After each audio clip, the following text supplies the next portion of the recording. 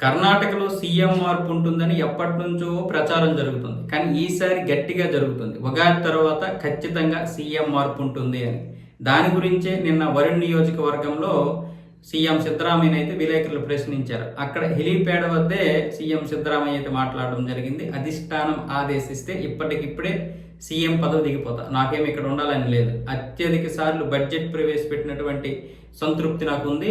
అధిష్టానం ఆదేశిస్తే మరో 2 సార్లు ప్రవేశపెడతానని చెప్పకనే చెప్పేశాడు.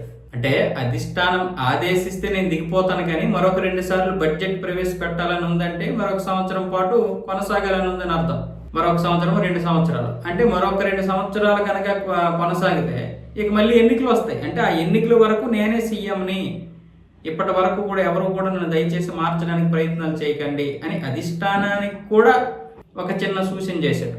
దిగిపోతానని అధిష్టానాన్ని గౌరవం ఇస్తూనే అధిష్టానం ఆదేశిస్తే మరొక 2 సంవత్సరాలు ఉంటానన్న విధంగా కూడా మాట్లాడాడు. అంత తెలివైనటువంటి వ్యక్తి. మరి సీఎం సీట్లో కూర్చున్నాడు కదా.